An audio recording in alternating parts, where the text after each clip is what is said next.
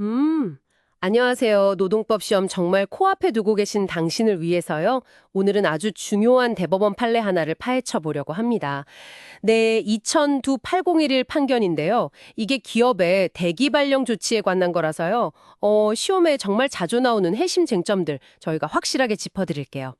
이번 시간 목표는요, 이 대기 발령의 정당성 판단 기준, 또 뭐 절차적 요건, 이런 것들, 당신이 시험장에서 헷갈리지 않도록 명확하게 이해하는 겁니다. 자, 그럼 바로 시작해 볼까요? 우선 대기 발령이 정확히 뭔지 개념부터 좀 간단히 잡고 가죠. 네네. 보통 이제 특정 보직에서 해임하고 별다른 업무 없이 그냥 대기하도록 시키는 거잖아요. 맞습니다. 그런 인사 조치를 말하죠. 판례를 보면요. 원칙적으로는 이런 인사권 자체는 사용자, 그러니까 회사의 고유 권한이다. 뭐 이렇게 본다고 하더라고요. 네, 그렇죠. 기업 운영하려면 인력 재배치도 필요하고 수급 조절도 해야 하니까요. 그래서 법원도 기본적으로는 그 업무상 필요한 범위 안에서는 사용자에게 상당한 재량을 인정해줘야 한다. 이렇게 보고 있습니다. 아, 재량이 인정되는군요. 하지만 여기서 중요한 건 그 재량권 행사가 막무가내는 안 된다는 거죠. 예를 들어 근로기준법 같은 법을 어기거나 아니면 이게 권리 남용에 해당한다? 이러면 당연히 위법하고 무효가 되는 겁니다. 권리 남용이요? 좀 더 쉽게 설명해 주실 수 있나요? 권리 남용이라는 건 겉으로 보기에는 그냥 정당한 권리를 행사하는 것 같지만 그 실질을 따져보면 사회적으로 봤을 때 도저히 타당하다고 볼 수 없는 좀 부당한 행사를 말하는 거예요. 아하, 그렇군요. 그럼 어떤 경우에 대기 발령이 이건 정당하다 이렇게 인정을 받을 수 있을까요? 여기서부터가 진짜 시험에 나올 만한 핵심 포인트 같은데요? 맞습니다. 판례가 이제 크게 두 가지를 좀 종합적으로 보라고 강조하는데요. 첫째는 이 대기 발령을 꼭 해야만 하는 업무상의 필요성이 과연 얼마나 크냐 이거 하고요. 또 반대로 그것 때문에 근로자가 있게 될 생활상의 불이익이 있잖아요. 예를 들면 임금이 줄거나 경력이 끊길 우려 같은 거요.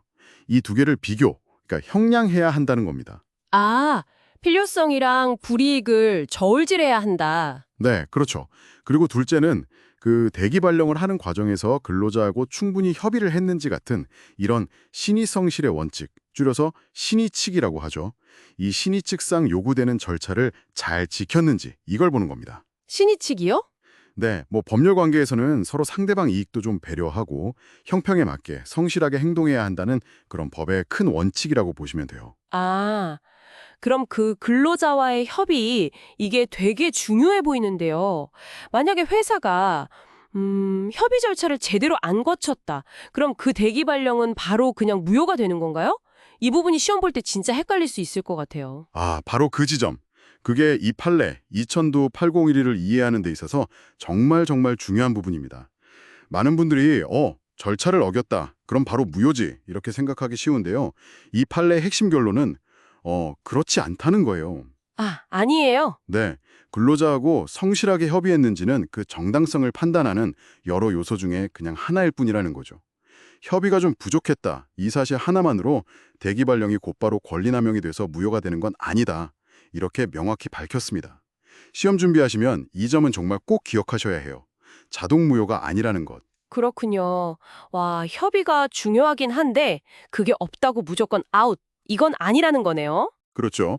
결정적인 요건은 아니라는 거죠. 그럼 또 하나 궁금한 게 생겼어요. 판례 보니까 만약에 회사 규정에 대기 발령 사유는 막 적혀 있는데 구체적인 절차에 대해서는 명확한 규정이 없을 수도 있잖아요. 네, 그럴 수 있죠. 그럴 때 회사가 통보하면서 구체적인 사유를 명시 안 했다면 이건 어떻게 되나요? 이것도 절차상 하자로 봐서 무효가 될 가능성이 있는 건가요? 그것도 아주 예리한 질문인데요.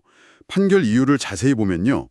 인사규정 자체에 대기 발령의 형식이라든가 절차에 대해서 특별히 정해놓은 게 없다면 통보할 때 사유를 명시하지 않았다. 이런 형식적인 문제만으로는 대기 발령 그 자체를 무효로 볼 수는 없다고 봤습니다.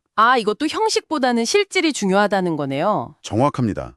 결국 법원은 형식적인 흔결보다는 실질적인 내용을 더 중요하게 보는 경향이 있어요. 그러니까 실제로 대기 발령을 해야 할 만한 그 업무상 필요성이 정말 있었는지, 근로자가 입는 불이익과 비교했을 때 이게 너무 과도하지는 않은지, 또 전반적인 과정에서 신의칙을 크게 어기지는 않았는지 이런 것들을 다 종합적으로 본다는 거죠. 사실 이 2000도 801 사건 같은 경우가요. 그 당시 IMF 외환위기라는 굉장히 심각한 경영위기가 있었잖아요. 네, 그랬죠. 그런 상황에서 구조조정의 필요성이 아주 컸고 또 대상자를 선정할 때도 노조하고 합의했던 기준을 적용했다. 이런 점들이 인정이 됐어요. 그래서 비록 근로자 본인하고 사전에 충분히 협의하지 못한 그런 절차적 미흡함이 좀 있었음에도 불구하고 결국 대기 발령의 정당성이 인정된 그런 사례입니다. 또 8011 판결. 노동법 시험을 준비하시는 당신을 위해 핵심만 딱딱 다시 한번 정리해 드릴게요. 네. 첫째, 대기 발령은 원칙적으로는 사용자 재량이 맞다. 하지만 권리 남용은 안 된다. 네. 둘째, 정당성은 업무상 필요성과 근로자 생활상 불이익 이걸 비교하고 플러스 신해칙상 절차 준수 여부까지 종합적으로 고려해서 판단한다. 맞습니다. 종합적 판단. 셋째, 근로자와의 협의. 이거 중요하긴 한데 협의가 부족했다는 이유만으로 바로 무효가 되는 건 아니다. 네, 절대적인 건 아니죠. 마지막 넷째, 인사규정에 절차 규정이 딱히 없다면 통보할 때 사유를 명시 안 했다고 해서 그게 바로 무효 사유가 되는 것도 아니다. 네, 그렇습니다. 자, 그럼 마지막으로요. 당신이 한 번 더 깊이 생각해 볼 만한 질문을 하나 던져드릴게요. 이 판례는 사실 IMF 외환위기라는 굉장히 극심한 경영생의 필요성이 인정됐던 좀 특수한 배경이 있었잖아요. 네, 그렇죠. 상황이 좀 특수했죠. 만약에 회사의 경영상 필요성이 이 정도까지 명백하지 않았다거나 혹은 그 대기 발령 대상자를 선정하는 기준 자체가 좀 불합리했다면 어땠을까요? 설령 사전 협의 같은 절차를 어느 정도는 지켰다고 하더라도 과연 법원의 판단이 같았을까요? 아니면 달라졌을까요? 이 질문을 가지고요. 다른 관련 판례들을 좀 더 찾아보시면서 비교 분석해 보시면 아마 이 대기 발령 법리에 대해서 훨씬 더 깊은 이해를 얻으실 수 있을 겁니다. 이게 당신의 시험 준비에 정말 큰 도움이 되기를 바랍니다.